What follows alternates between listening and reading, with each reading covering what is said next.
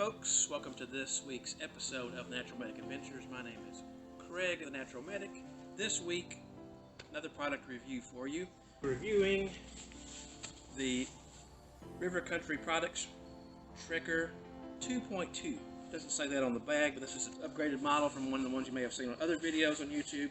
I'm trying to help you get a good grasp on products that are budget friendly, but also are functional and work well.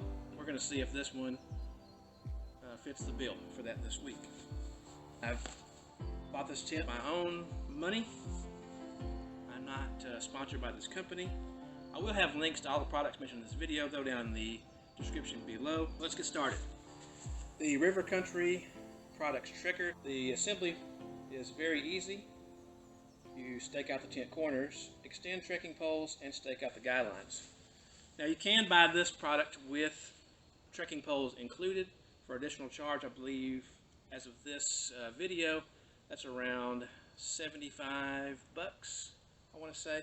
But the tent itself, under 60 bucks at this time for this video or podcast, whatever way you're listening.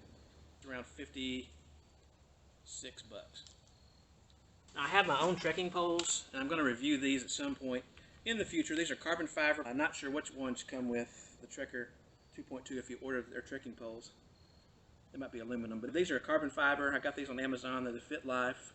I like them. They work great.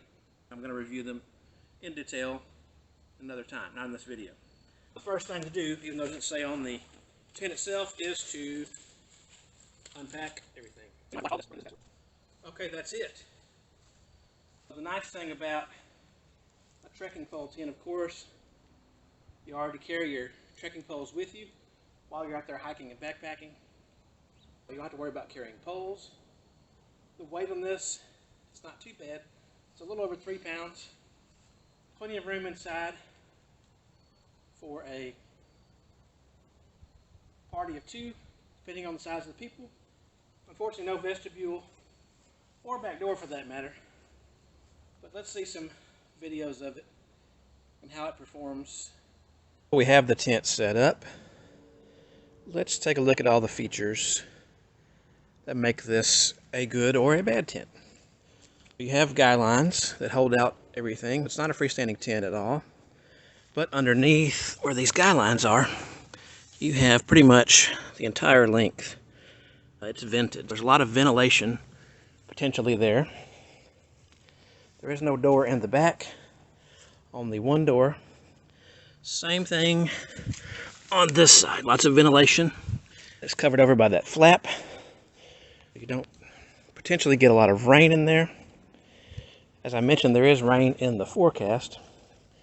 I'm going to try to get in here. I did take my shoes off. Try to get in here. And let's look at some of the features in here. I'm sitting up. I'm 6'2". I'm sitting up. You have mesh netting. The entire length and width of the tent from just about 6 or 8 inches from above the bathtub. It appears on the bathtub area, it's one solid piece of fabric on the bottom. You have tape seams right there. I would still probably seam seal this. That's my plan. Pocket over here for your stuff. Oh, it's not one piece of fabric. There's another part right here, but it's also very well. You do have full mesh, bug-free mesh on the doors that zip up, and the doors also zip and Velcro. It feels like it's adequately ventilated. It weighs about the same as my one-person Walmart backpacking tent that I reviewed several weeks ago. If you haven't seen that video, I will put it up here so you can see that for a comparison. The weight is about the same, but you have twice as much space in here. Now, it's plenty of room for one person and gear inside because there is no vestibule, but 2 people could fit in here. They have to be outside, unfortunately, depending on the size of the 2 people. It is plenty long. I'm 6'2". I'm going to lay down my foot at the door. My feet are right there at the door, and then behind me, oops, my microphone fell off. behind me. You can see how much space I have. Probably could tension these poles up a little bit more. The roof is sagging a little bit. I probably could tension that up a little bit more, but I can pretty much sit up in here.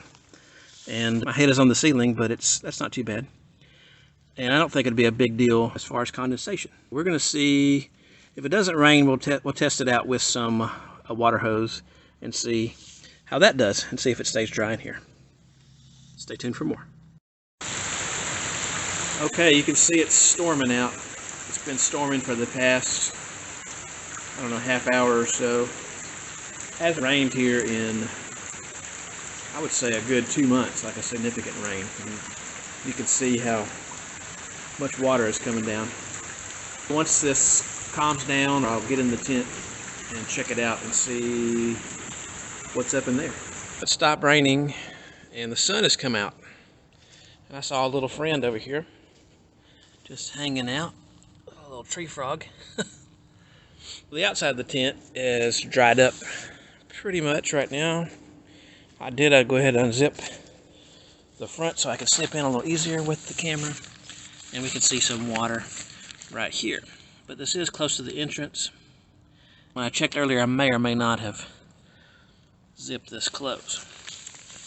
So let's make sure this line is good. So you look in here, there's a little bit of water, and it rained a lot. It rained probably half an inch, maybe more, in about half an hour. Most significant rainstorm that I have seen in the last little bit. So you've got some water right here. But overall, I mean, it's pretty dry in here, considering how much it rains. I think you would stay reasonably dry. I don't think there's many tents that probably could compete with that. Most of the water that did come in appears to have come in kind of near these vent areas right here, because there's a little puddle here and a little puddle there.